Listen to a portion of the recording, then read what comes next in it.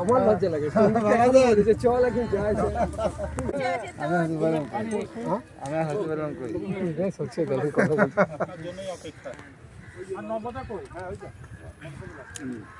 বাবা সামনে এসেছেন বসুন চলো আমরা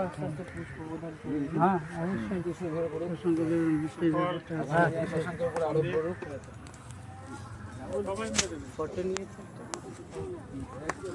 যারা সন্দীপ দেখা সন্দীপ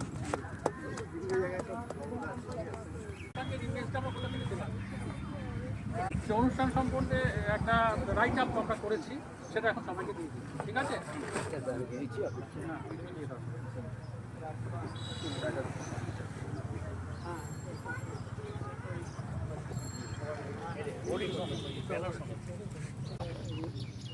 চিন্তা করছি